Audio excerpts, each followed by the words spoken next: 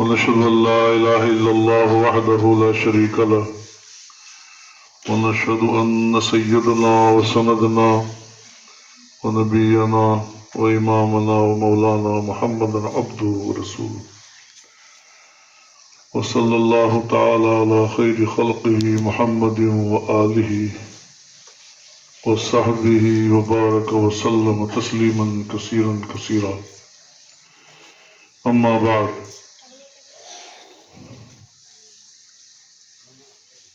فقد قال الله تبارك وتعالى في القرآن المجيد: أعوذ بالله من الشيطان الرجيم، بسم الله الرحمن الرحيم. قل هل يستوي الذين يعلمون والذين لا يعلمون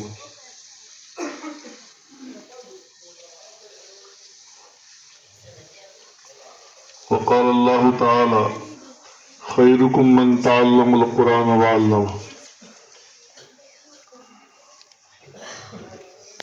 تو کما قال علیہ الصلوۃ والسلام.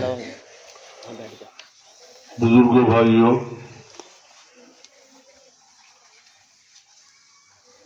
ہماری یہ مجلس شاید عصر کے بعد سے چل رہی ہے.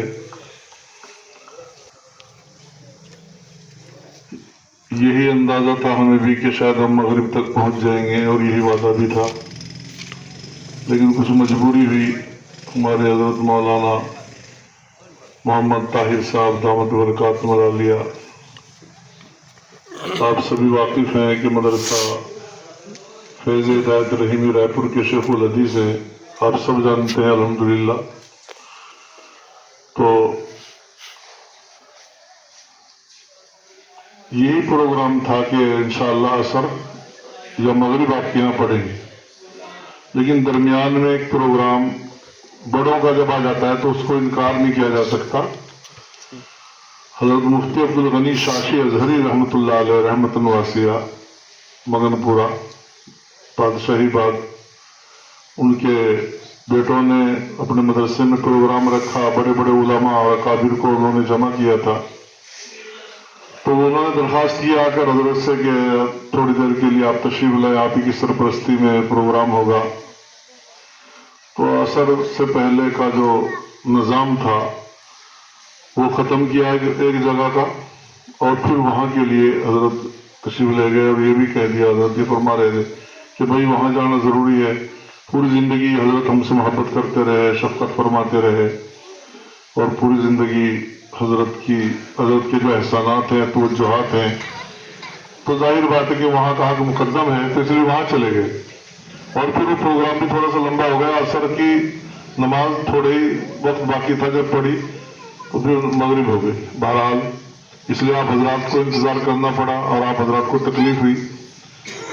تو یہ تکلیف بھی انشاءاللہ اس پر بھی آپ کو نفع ہی پہنچے گا.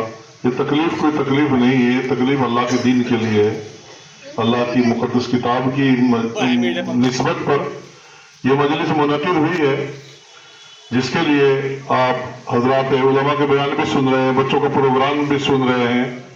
ابھی مولانا محمد عمران صاحب مد ظل العالی بیان کر رہے تھے. ماشاءاللہ ایسا جی چاہ رہا تھا کہ ہم ان کا بیان ہی سنتے رہیں بس بیٹھے ہوئے، اور کوئی بس پھر اخیر میں حضرت کی دعا ہو جائے. لیکن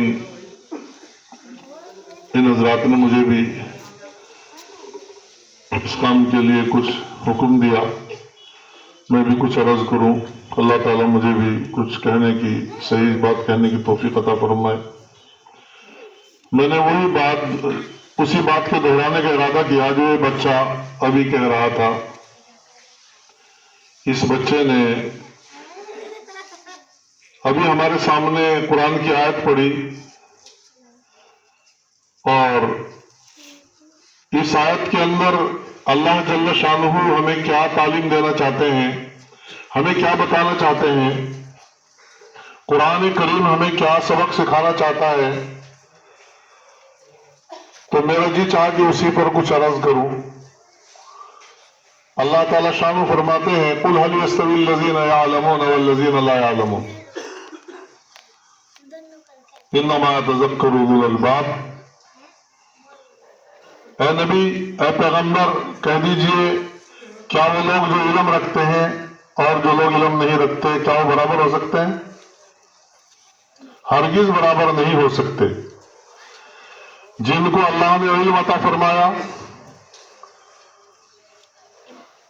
ان کی مثال ایسی ہے جیسے کسی آدمی کو آنکھیں دے دی گئی ہیں، اور جن کو علم نہیں دیا ان کی مثال ایسے ہے جیسے ان کے پاس آنکھیں نہیں ہیں۔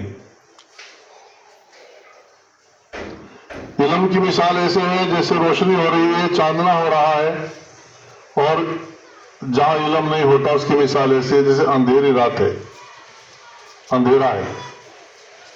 اور اس کو ہم سب جانتے ہیں، آنکھوں والا اور بے آنکھوں والا برابر نہیں ہو سکتے۔ اس کو بھی جانتے ہیں کہ روشنی اور اندھیرا برابر نہیں ہو سکتے۔ دوستو، علم ایک روشنی ہے، علم ایک نور ہے، علم ایک ہدایت ہے، علم راستہ بتاتا ہے۔ علم کی مثال ایسے ہے جیسے ہم راستے میں اندھیرے میں چلے جا رہے ہیں، ہمارے ہاتھ میں روشنی کا سامان ہے، ہمارے پاس لائٹ ہے، ہم جلائیں گے راستہ نظر آئے گا اور ہم اس راستے کے اندر چلیں گے۔ ہم ٹھوکر کھا کر یا کھائی میں نہیں گریں گے بلکہ راستہ طے کرتے رہیں گے جب روشنی موجود ہے۔ ہمارے پاس گاڑیاں موجود ہیں، ہمارے پاس اپنی سواریاں موجود ہیں۔ اگر ہماری لائٹ رات کو خراب ہو جاتی ہے تو ہم سب جانتے ہیں کہ گاڑی وہیں روکنی پڑتی ہے کہ کبھی کھائی میں نہ گر جائے۔ ہوتا ہے کہ نہیں ہوتا؟ میرے بھائیو دوستو، علم کی مثال ایسی ہے کہ علم ایک روشنی ہے۔ علم ہمارے پاس ایک ایسا سامان ہے کہ جس سے ظلمت دور ہوتی ہے، دلوں کا اندھیرا دور ہوتا ہے۔ علم شریعت کا راستہ بتاتا ہے، اللہ کا قانون بتاتا ہے۔ علم سے اللہ کی معرفت کے دروازے کھلتے ہیں، علم سے اللہ کی پہچان کے دروازے کھلتے ہیں، علم سے چھوٹے بڑے کی تمیز پیدا ہوتی ہے، علم سے مقام اور مرتبہ کا علم ہوتا ہے۔ باپ کا مرتبہ کیا ہے، ماں کا مرتبہ کیا ہے، بھائی کا مرتبہ کیا ہے، چچا کا مرتبہ کیا ہے۔ علم ہی ان باتوں کو سجھاتا اور بتاتا ہے۔ اگر ہم بڑے کا ادب کریں گے تو اللہ کے پاس سے کیا مرتبہ ملے گا، کیا درجہ ملے گا؟ ہم نماز پڑھتے ہیں، اگر ہمارے پاس علم ہے تو علم سے پتہ چلے گا کون سی نماز قبولیت کے درجے کو پہنچتی ہے اور کون سی نماز قبولیت کے درجے کو نہیں پہنچتی۔ علم ایک ایسی دولت ہے کہ جب تک علم الہی، علم دین، علم قرآن دنیا میں موجود رہے گا تو یہ دنیا اپنی شان و شوکت کے ساتھ اسی طرح چلتی رہے گی۔ اس دنیا میں ہی چاندنا رہے گا، اس دنیا میں رونق رہے گی، اس دنیا کے اندر اللہ کی رحمتوں کا نزول ہوتا رہے گا جب تک علم الہی دنیا میں رہے گا، جب تک علم قرآن دنیا میں رہے گا۔ یہ جب تک علم وحی، یہ وحی ہے، وحی یہ نبی صلی اللہ علیہ وسلم پر جو وحی اترتی تھی، جو اللہ کا کلام نازل ہوتا تھا، یہ وہ ہے۔ مگر ہم اس کو نہیں جانتے، ہم اس کو نہیں پہچانتے، ہم اس علم کی طاقت کو نہیں جانتے، اس لیے کہ ہمارے دل اندھے ہیں، ہماری آنکھیں اس کے نور کو نہیں دیکھتی، اور ہمارا دل اندھا ہے، ہمارے دل میں دنیا بھری ہوئی ہے، ہمارے دل میں دنیا کی ظلمت چھائی ہوئی ہے۔ ہمارے دل میں اگر کوئی قدر اور قیمت نظر آتی ہے تو وہ علم دنیاوی کی نظر آتی ہے۔ یہ بچہ کہہ رہا تھا علم کوئی سا بھی ہو، علم سے عزت ملتی ہے، علم سے راستہ ملتا ہے، بالکل صحیح کہہ رہا تھا۔ لیکن میرے بھائیوں، میرے دوستوں، میرے بزرگوں، یاد رکھو، علم دین جو ہے، علم دین کا مقابلہ ساری دنیا کا علم اکٹھا ہو جائے اور قرآن کریم کا جو ایک حرف ہے، قرآن کریم کا جو ایک حرف ہے، قرآن کریم کا جو ایک الف ہے، ایک الف کے اندر کیا نور ہے، ایک الف کے اندر کیا طاقت ہے، ایک الف کے اندر کیا چھپا ہوا ہے، ساری دنیا اس کا مقابلہ نہیں کر سکتی۔ الف آتا ہے اللہ کے شروع میں، لفظ اللہ کے شروع میں الف آتا ہے، اللہ۔ سب سے پہلے الف آتا ہے اللہ کے نام میں، سب سے پہلے تختی پر الف لکھا ہوا ہے، الف با تا فا۔ یہ الف اس بات کی تعلیم دیتا ہے کہ اگر کوئی علم ہے تو وہ اللہ کا علم ہے، وہ ایسا علم ہے جیسے اللہ کی ذات کبھی فنا نہیں ہوگی، اس علم کا نور کبھی فنا نہیں ہوگا۔ دنیا کی تعلیمات، دنیا کی ڈگریاں، بڑی سے بڑی ڈگریاں، کتنی ہی بڑی ڈگری انسان کو مل جائے علم دنیاوی کی، یہ بات متعین ہے کہ دنیا کا فائدہ اس کا ہو جائے گا، وہی سمجھتا ہے دنیا کا فائدہ ہو جائے گا، ٹھیک ہے دنیا کا فائدہ ہو جائے گا، مگر وہ دنیا کا فائدہ اسی وقت تک اسے نظر آ رہا ہے اگرچہ اس نے یہ فائدہ اپنے دل میں پکا رکھا ہے۔ وہ سمجھتا ہے کہ اگر میں علم دنیاوی حاصل نہیں کروں گا، اگر میں علم دنیا کی ڈگری حاصل نہیں کروں گا تو مجھے شاید رزق نہیں ملے گا، شاید مجھے حکومتی پالے گی، شاید مجھے حکومت کی کوئی نوکری مل جائے اور حکومت کا کوئی سہارا مل جائے اور حکومت کے دروازے اور چوکٹ پر مجھے نوکری کرنے کا موقع مل جائے تو شاید میرا محل تعمیر ہو جائے گا، میری بلڈنگ اور کوٹھیاں بن جائیں گی۔ یہ ایک خام خیالی ہے۔ کتنے بہت سارے حضرات ہیں، بہت سارے لوگ ہیں، بڑی بڑی ڈگریاں انہوں نے حاصل کی ہیں، بڑے بڑے کالجوں کے اندر پڑھے، ماں اور باپ نے پوری زندگی کھپا دی اور انہوں نے جو بھی دولت کی خرچ کر ڈالی، مگر مقدر میں نوکری نہیں تھی حکومت کی، تو وہ بیچارہ تیل بیچتا پھرتا ہے، کوئی جوتے کاٹتا ہے۔ یہ بات روزانہ مشاہدے میں آتی ہے۔ کتنے ہی لوگ دعاؤں کے لیے آتے ہیں اکابر کے پاس، علماء کے پاس، اجی اتنا پیسہ خرچ کر دیا، اتنی ڈگریاں حاصل کر لی لیکن کہیں نوکری نہیں لگ رہی، کیوں؟ میرے دوست بزرگوں، یہ ہماری خام خیالی ہے۔ رزاق کوئی حکومت نہیں ہے، رزاق کوئی دنیا کا سلطان نہیں ہے، رزاق کوئی دنیا کا بادشاہ نہیں ہے، رزاق دنیا کی کوئی حکومت نہیں ہے، رزاق تو ایک ہی ذات ہے جس کو اللہ کہتے ہیں۔ قرآن کریم میں ہم روزانہ نماز کی نیت باندھ کر جب ہم کھڑے ہوتے ہیں، میرے بھائیوں میرے دوستوں، اللہ نے سب سے پہلے ہمیں اسی سورت کے پڑھنے کا حکم دیا ہے جس سورت کے اندر اللہ نے بتایا ہے کہ تم اپنے غلط خیال دلوں سے نکال دو، تمہارا رب کوئی نہیں ہے، تمہارا رب وہ ہے جو رب العالمین ہے۔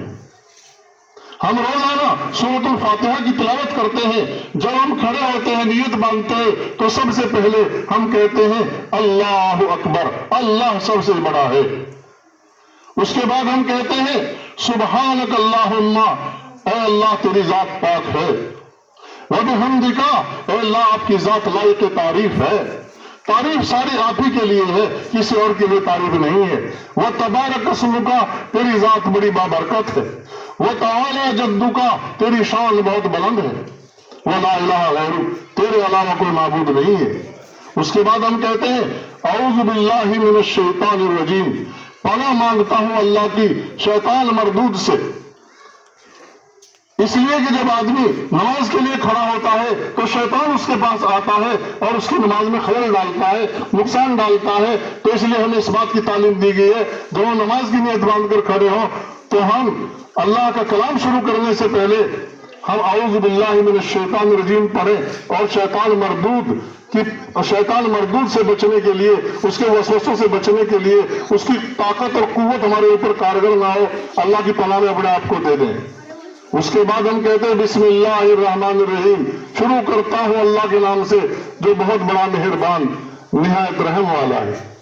پھر ہم پڑھتے ہیں سب سے پہلے اللہ اپنی تعریف فرماتے ہیں اور بتاتے ہیں اے میرے بندو سمجھ لو تمہیں پالنے والا وہ ہے جو تمہارا رب ہے، اسی کے لیے تمام تعریفیں ہیں۔ الحمدللہ رب العالمین، تمام تعریفیں اللہ کی پاک ذات کے لیے ہیں جو تمام جہانوں کا رب ہے اور تمام جہانوں کا پالنے والا ہے۔ سب سے پہلے بتایا جو تمام جہانوں کا رب ہے وہ تم سب کا رب ہے، اور اس اقرار کو ہم ہر رکعت میں کرتے ہیں اور ہر رکعت میں ہم سورۃ الفاتحہ پڑھتے ہیں۔ کبھی امام کے پیچھے سنتے ہیں، امام پڑھتا ہے، امام کا پڑھنا مقتدیوں کا پڑھنا ہوتا ہے، تو گویا کہ ہمارے لیے کوئی نماز ایسی نہیں جس میں ہم سورۃ الفاتحہ کی تلاوت نہیں کرتے، اور ہم اس بات کا اقرار ہر رکعت میں کرتے ہیں کہ رب العالمین ایک ہی ہے اور کوئی نہیں ہے، اور وہ تمام جہانوں کا پالنے والا ہے۔ کوئی پالنے والا نہیں ہے، پالنے والا اگر ہے وہ ہے جس نے اتنے بڑے بڑے آسمان بنائے ہیں، جس نے اتنی بڑی زمین بچھائی ہے، پالنے والے وہ ہے جو صرف انسانوں ہی کو نہیں پالتا بلکہ انسانوں جیسی ہزارہ مخلوقات ہیں، اتنی بے شمار مخلوقات ہیں جو ہمیں نظر بھی نہیں آتی، جن کو ہم جانتے بھی نہیں، جو ہمیں دکھتے بھی نہیں، جن کو دیکھنے کی ہماری آنکھوں میں طاقت نہیں۔ اللہ نے ایسی ایسی مخلوقات پیدا کی ہے اور اللہ ان سب کی خبر لیتا ہے، اللہ ان سب کو پالتا ہے۔ خود ہم اپنے آپے کو دیکھیں کہ ہمیں کون پالتا ہے۔ بھائیو، دوستو، بزرگوں، ہم تو کما کر اپنے آپ کو پالنے پر قادر نہیں ہیں، ہم تو کما کر اپنے آپ کو پالنے پر قادر نہیں ہیں۔ ہم تو خود اپنے آپ جو ہمارا کمایا ہوا ہے اگر ہم اس کو اپنے سامنے رکھتے ہیں اور کھانا شروع کرتے ہیں اور اللہ چاہتا ہے کہ تیرے اندر یہ کھانا نہ جائے تو وہ کھانا ہمارے اندر نہیں جا سکتا ہے۔ اگر ہم عجیب انداز سے، میرے بھائیو دوستو، اگر ہم سوچیں تو ہم کتنی عمدہ چیزیں لا کر اپنے سامنے رکھیں اور کھانے کا ارادہ کریں اور اللہ ہمیں نہ کھلانا چاہے تو وہ چیز ہمارے اندر نہیں جا سکتی ہے۔ کتنی بھی عمدہ چیز پینا چاہے، اگر اللہ نہ چاہے تو ایک قطرہ ہمارے اندر نہیں اتر سکتا ہے۔ مگر یہ خیالات ہمیں آتے ہی نہیں۔ ہم سمجھتے ہیں ہمارے پاس مال ہے، ہمارے پاس دولت ہے، ہمارے پاس روپیہ ہے، ہمارے پاس پیسہ ہے۔ دوست بزرگوں، کتنی دنیا دولت مند ہے مگر سکون خراب ہے، ان کے پاس سکون نہیں ہے۔ دولت بہت ہے، ایسی بیماریاں لگی ہوئی ہیں، ان کا علاج نہیں ملتا۔ میرے بھائیوں، اللہ کا خیال، اللہ کا دھیان، اس کی ربوبیت کا دھیان، اس پالنے والے کا دھیان کہ جس نے ہمیں ماں کے پیٹ کے اندر 3 انگلیوں کے اندر اس ذات پاک نے ہمیں پالا تھا، آج ہم اس کو بھول گئے ہیں۔ آج ہم اپنی ڈگریوں پر ناز کرتے ہیں، آج ہم اس پر فخر کرتے ہیں۔ آج قرآن کریم کی تعلیم اور وہی جو وحی الہی ہے، جب ایک آیت لے کر جبرائیل زمین پر آتے ہیں تو جبرائیل کے ساتھ 70 ہزار فرشتے آتے ہیں۔ اس کے اندر اتنا وزن ہے، اس کے اندر اتنی طاقت ہے۔ یہ قرآن ہلکا نہ سمجھو۔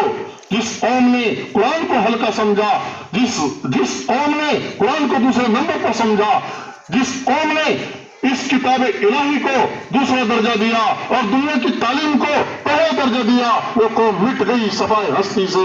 اللہ کسی کا محتاج نہیں ہے۔ بخارا کو دیکھو، سمرقند کو دیکھو، اندلس کو دیکھو، جہاں امام بخاری پیدا ہوئے ہیں۔ بخاری شریف پڑھ کر آج علم کی سند دی جاتی ہے، فاضل بتایا جاتا ہے، عالم دین اس کو کہا جاتا ہے جو بخاری پڑھتا ہے۔ امام بخاری کہاں پیدا ہوئے؟ بخارا کے اندر۔ میرے دوستو، امام قرطبی، علامہ قرطبی کتنے بڑے عالم دین ہیں مگر ان تمام علاقوں کے اندر اللہ کا نور اور اللہ کا علم پھیلا ہوا تھا۔ بڑے بڑے کتب خانے تھے، بڑے پڑے تھے، لیکن جب وہاں کے لوگوں نے علم دین کی بے قدری کی، انہوں نے دنیا کی تعلیم کو بڑا سمجھا اور دنیا کی تعلیم سے لو لگائی اور دنیا کی تعلیم سے دل لگایا اور قرآن کو اور دین تعلیم کو پیچھے ڈالا اور دنیا کو بڑی چیز سمجھا۔ اللہ نے اس بخارا کو مٹا دیا، اللہ نے اس اندلس کو مٹا دیا، اللہ نے اس سمرقند کو مٹا دیا۔ حضرت مفتی محمد تقی عثمانی لکھتے ہیں کہ ایک مرتبہ میرا سفر ہوا سمرقند میں اور میں وہاں دیکھ رہا تھا کہ نماز کا وقت ہو رہا ہے۔ پھر میں نے دیکھا اذان کی کمی آواز آئے، بڑی بڑی مسجدیں گرجا گھروں کے اندر تبدیل ہو چکی ہیں، بڑی بڑی مسجدیں گرجا گھروں میں تبدیل ہو چکی ہیں۔ دیکھنے میں مسجد ہیں مگر عیسائیوں کے اڈے بن چکے ہیں۔ میرے بھائیوں دوستو، حضرت فرماتے ہیں کہ میں اور آگے چلا کہ کہیں نماز کا وقت تنگ نہ ہو جائے۔ دیکھتا رہا میں گھڑی مگر کہیں مجھے کوئی ایسی جگہ نظر نہیں آئی کہ جہاں مجھے کوئی بتائے کہ نماز کہاں پڑھنی ہے۔ پھر میں نے مصلی بچھایا اور میں نے پوچھا رخ کدھر ہے قبلے کا؟ مجھے قبلے کا رخ بتانے والا کوئی نہیں ملا۔ یہ اس وقت کی بات ہے، اب تو آج تو موبائل کی سہولت ہے، آج تو زمین پر اس کو کہیں رکھو قبلہ نظر آ جاتا ہے، مگر حضرت کی یہ بات اس سے پہلی ہے جو کتاب کے اندر لکھی ہے۔ میرے بھائیوں، جب کوئی آدمی اللہ کے دین سے منہ موڑتا ہے، کتاب الہی سے منہ موڑتا ہے، اللہ اپنی اس دولت کو چھین لیتا ہے، اللہ اپنے اس علم کو چھین لیتا ہے اور اللہ دوسری جگہ اپنے دین کو پہنچا دیتا ہے، ایسے مقام پر پہنچا دیتا ہے جہاں اس کے قدرداں ہوتے ہیں۔ اللہ فرماتے ہیں قرآن کریم میں وَإِن تَتَوَلَّوْا يَسْتَبْدِلْ قَوْمًا غَيْرَكُمْ ثُمَّ لَا يَكُونُوا أَمْثَالَكُمْ۔ اگر تم اللہ کے دین سے منہ موڑو گے، اگر تم اللہ کے دین سے روگردانی کرو گے اللہ تمہارا محتاج نہیں ہے. اللہ ایسی قوموں کو لا کر کھڑا کرے گا جو تمہارے جیسے بے قدرے نہیں ہوں گے، جو تمہارے جیسے بے قدرے نہیں ہوں گے. میرے بھائیوں، ہمیں اس آیت پاک پر ایمان لانا ہے، اس آیت پاک کو دل کی گہرائی میں اتارنا ہے جس کو اللہ فرماتے ہیں الحمدللہ رب العالمین. تمام تعریفیں اس اللہ کے لیے ہیں جو تمام جہانوں کا رب ہے، جو تمام جہانوں کا پالنے والا ہے. میرے بھائیوں، مفسرین حضرات دیکھتے ہیں، یہ علماء تشریف فرما ہے، یہ آپ کو بتائیں گے عالم کتنے ہیں. 80,000 عالم لکھتے ہیں. جیسے ایک عالم انسانوں کا ہے، اسی طرح جنات کا بھی ایک عالم ہے، فرشتوں کا بھی ایک عالم ہے. اسی طرح ایسی مخلوقات ہیں جو ہمیں نظر سے نہیں دیکھتی، ان کا عالم ہے. حضرت مولانا افتخار صاحب کاندھلوی رحمت اللہ علیہ نے ایک مرتبہ میں پٹھان پورا گیا ہوا تھا، تو وہاں ایک آدمی تھا جو حضرت کا مرید تھا. تو اس نے بتایا کہ میں حضرت کے درس میں شریک تھا، میں حضرت کے درس میں بیٹھا ہوا تھا، وہ سورہ فاتحہ کی تفسیر بیان فرما رہے تھے. تو الحمدللہ رب العالمین کی تفسیر میں حضرت نے فرمایا کہ اللہ کے ایسے ایسے مخلوقات ہیں جن کو لوگ جانتے نہیں ہیں، جو کسی نے دیکھی بھی نہیں ہے. وہ ایسی ایسی مخلوقات، اتنی بڑی بڑی مخلوقات جن کا تصور بھی لوگوں کے ذہن میں نہیں آیا. حضرت نے فرمایا ایک جانور ہے جو اتنا بڑا جانور ہے کہ 7 جنگل کھاتا ہے، 7 جنگل کھاتا ہے، اور بڑے بڑے 7 دریا، سمندروں کی شکل کے بڑے بڑے دریا، ان 7 کو پی جاتا ہے. اور پھر اسے خیال آتا ہے پینے کے بعد، کھانے کے بعد کہ اب میں کیا کھاؤں گا اور کیا پیوں گا. تو سب کچھ نہیں مٹ گیا، اب میں کیا کھاؤں گا کیا پیوں گا. اور پھر وہ لیٹ سو جاتا ہے. جب وہ جانور سو کر اٹھتا ہے تو 7 سمندر، 7 دریا پانی سے بھرے ملتے ہیں اور 7 جنگل ہرے ملتے ہیں. وہ ایسا رب ہے، وہ ایسی مخلوقات کی خبر رکھتا ہے. ہمارے پاس تو اتنا چھوٹا سا پیٹ ہے، اسی کے لیے نہ حرام کی خبر نہ حلال کی خبر. اسی کی وجہ سے نہ رشتہ دار کا پتہ نہ پڑوسی کا پتہ. اسی کی وجہ سے نہ مال کی تمیز، نہ اپنے کی تمیز، نہ بیگانی کی تمیز، نہ دشمنی کا پتہ نہ دوستی کا پتہ. اس چھوٹے سے پیٹ کی وجہ سے ہم غیبت میں مبتلا ہیں، ہم حرام کھانے میں مبتلا ہیں. میرے بھائیوں دوستو، ہم دولت پھوڑتے ہیں لوگوں کی، ہم گھاس کاٹتے ہیں لوگوں کا، اور معلوم نہیں کیا کیا کرتے ہیں. کسی رشتہ دار کا پیسہ لے لیتے ہیں، اس کو واپس نہیں کرتے، اس کو مال غنیمت سمجھ بیٹھتے ہیں اس چھوٹے سے پیٹ کی وجہ سے. دوستو، یہ سب یقین اٹھ جانے کی بات ہے. جب ہمارا یقین ختم ہو گیا خدا پاک کی ذات سے، پھر ہم ایسے گناہوں کے اندر مبتلا ہو جاتے ہیں اور اللہ ہمیں ایسے ایسے گناہوں کے اندر پھنسا دیتا ہے. میرے بھائیوں دوستو، وہ دن ہمیں یاد نہیں ہے کہ ہمیں مرنا ہے اور ہمیں قبر کے اندر جانا ہے. ہم رب العالمین کو بھول گئے. حضرت سلیمان علیہ السلام کا واقعہ آتا ہے. سلیمان علیہ السلام نبی بھی ہیں اور سلیمان علیہ السلام بادشاہ بھی ہیں. داؤد علیہ السلام کے بیٹے ہیں حضرت سلیمان علیہ السلام. اللہ تعالیٰ نے آپ کو عجیب حکمت عطا فرمائی تھی، دانائی عطا فرمائی تھی باپ سے بھی زیادہ. اور اللہ تعالیٰ شاموں نے آپ کو نبی بھی بنایا تھا اور بادشاہ بھی بنایا تھا. اور آپ کو اللہ تعالیٰ نے ایسی زبانیں سکھائی تھی جو پرندوں سے بھی آپ بات کرتے تھے، آپ جنات سے بھی بات کرتے تھے. تو ایک دن آپ کو خیال آیا کہ میں اللہ کی مخلوق کی دعوت کر دوں. کتابوں میں لکھا ہے کہ اللہ تعالیٰ سے اجازت طلب کی مگر اجازت نہیں ملی، پھر طلب کی پھر اجازت نہیں ملی، پھر سلیمان علیہ السلام سجدے میں گر گئے، پھر اجازت طلب کی. اللہ ایک وقت کی اجازت دے دیجیے کہ ایک وقت کا کھانا آپ کی مخلوق کا میں کر دوں، میرے دسترخوان پر دعوت ہو جائے. اللہ نے فرمایا تمہارے اندر طاقت تو نہیں ہے لیکن جب اصرار ہے تو کر لو. چنانچہ سلیمان علیہ السلام نے جنات سے بڑے بڑے برتن تیار کرائے اور ان کے اندر کھانا پکوایا اور بڑے بڑے میدانوں کے اندر کھانا بھر دیا گیا. اتنا کھانا حد نظر تک، جدھر بھی دیکھتے حد نظر تک کھانا ہی کھانا تھا. جب تیار ہو گیا تو سلیمان علیہ السلام نے درخواست کی، اے رب ذوالجلال، اے خالق کائنات، اے سارے عالم کو بنانے والے، کھانا تیار ہو گیا ہے، اپنی مخلوق کو اجازت دے دیجئے اور حکم دے دیجئے کہ وہ میرے دسترخوان سے کھا لے. تو ایک مچھلی آئی اور اس نے منہ باہر کیا سمندر سے اور کہا، سلیمان مجھے معلوم ہوا کہ آج آپ کے دسترخوان پر میری دعوت ہے. تو سلیمان علیہ السلام نے فرمایا، ہاں جتنا تمہارا دل چاہے کھاؤ. چنانچہ اس مچھلی نے ایک سانس لیا اور جتنا میدانوں میں دور دراز تک حد نگاہ تک کھانا بھرا ہوا تھا سارا ایک سانس کے اندر کھا گئی، سب میدان خالی ہو گئے کھانے سے۔ سلیمان علیہ السلام نے کہا تو عجیب مخلوق ہے اللہ کی کہ سارا کھانا ایک ہی لقمے میں کھا لیا۔ تو اس نے کہا اے سلیمان تانا نہ دو، اے سلیمان تانا نہ دو، میرا اللہ میرا رب میرا پالنے والا مجھے ایسے ایسے 2 لقمے روزانہ کھلاتا ہے، میرا اللہ مجھے ایسے 2 لقمے روزانہ کھلاتا ہے۔ میرے بھائیو دوستو، رب العالمین وہ ہے رب العالمین۔ خیال نکال دے دل سے، ختم کر دے دل سے۔ آج ہمارے دل کے اندر یہ بیٹھ گیا کہ اگر ہمارے پاس دنیاوی ڈگری نہیں ہے تو ہم بھوکے مر جائیں گے، یہ ہمارا خیال ہو گیا ہے۔ اس لیے آج ہم اس تعلیم کو دوسرا نمبر دیتے ہیں، قرآن کی تعلیم کو دوسرا نمبر دیتے ہیں۔ آپ کو اچھا لگے یا برا لگے، قرآن کی تعلیم کا نمبر پہلا ہے۔ دینی تعلیم ہمارا شعار ہے، دینی تعلیم ہماری جان ہے، دینی تعلیم ہماری روح ہے۔ حدیث پاک میں آتا ہے سب سے پہلے اللہ جب اس عالم کو توڑنا چاہیں گے، اس عالم کو برباد کرنا چاہیں گے، اللہ جب اس عالم کا کھلونا بنا دیں گے، اسے توڑنے کا ارادہ فرمائیں گے، تو اللہ سب سے پہلے علم دین کو دنیا سے اٹھائیں گے، علم دین کو دنیا سے اٹھائیں گے۔ کیسے؟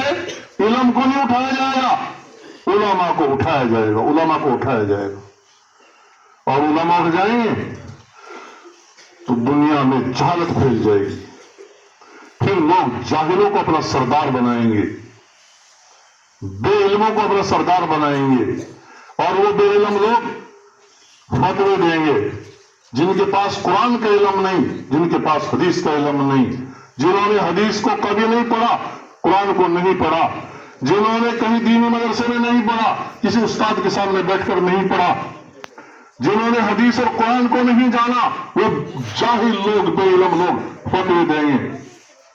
ضلوا حدیث پاک کے الفاظ ہیں، خود بھی گمراہ ہوں گے اور لوگوں کو بھی گمراہی کے اندر ڈالیں گے۔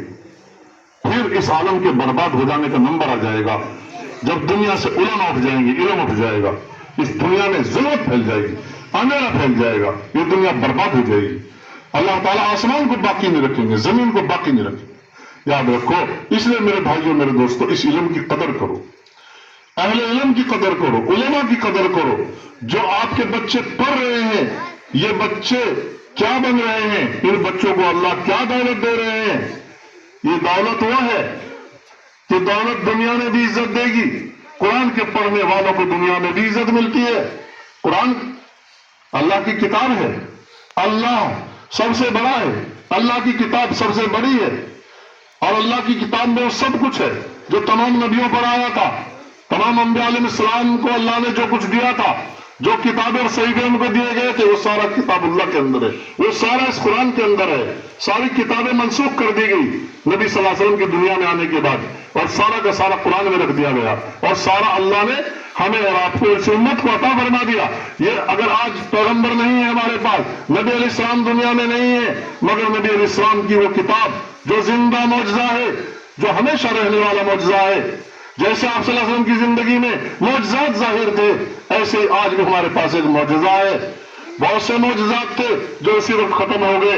آپ صلی اللہ علیہ وسلم کی زندگی میں بہت سارے معجزات آپ کو دیے گئے۔ معجزہ اس کو کہتے ہیں کہ جو نبی کے ہاتھ پر ظاہر ہوتا ہے اور عام انسان اس سے عاجز ہوتے ہیں۔ مثلا آپ صلی اللہ علیہ وسلم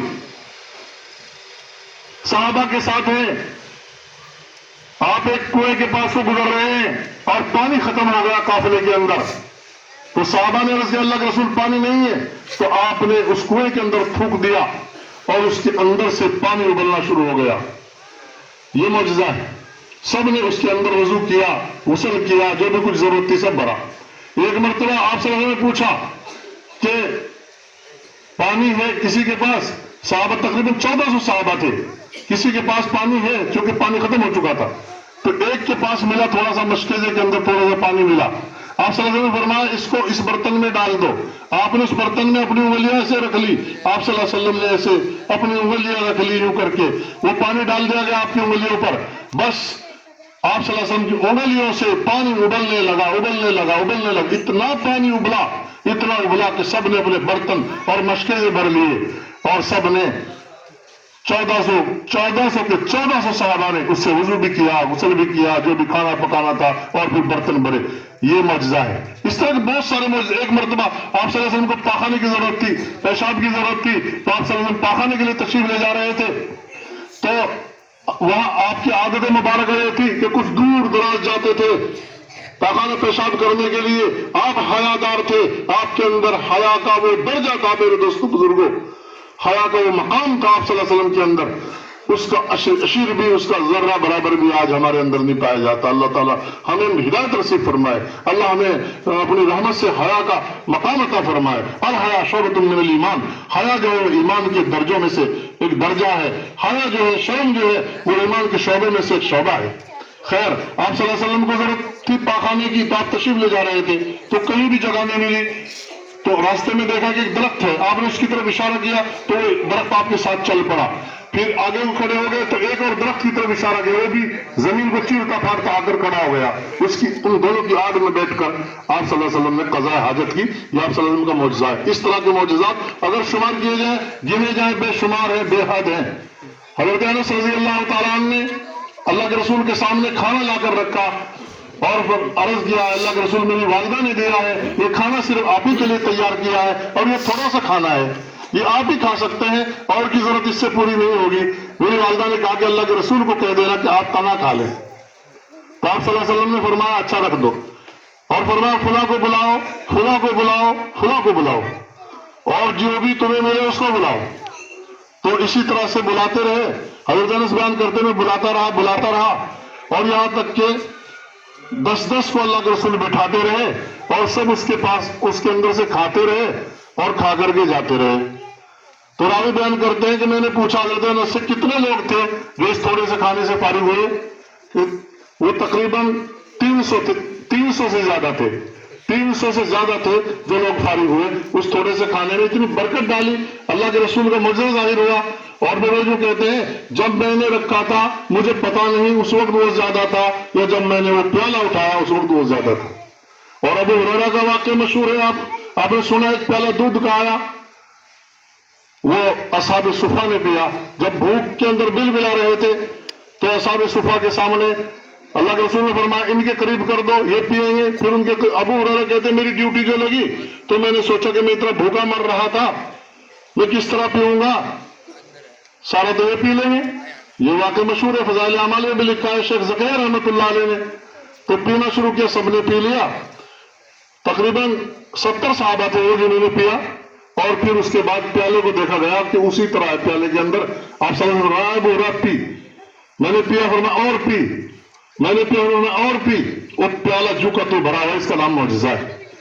میرے دوستو، اللہ کے رسول دنیا سے چلے گئے، مگر ایک معجزہ ایسا ہے، وہ معجزات جو میں نے عرض کیے اس طرح کے سینکڑوں بلکہ اس سے بھی زیادہ، اور معلوم نہیں کہ بے شمار معجزات تو بھی ہیں جو امت کو معلوم نہیں ہوئے، اور کچھ تو وہ بھی ہیں جو معلوم ہیں اللہ کے رسول صلی اللہ علیہ وسلم کے معجزات۔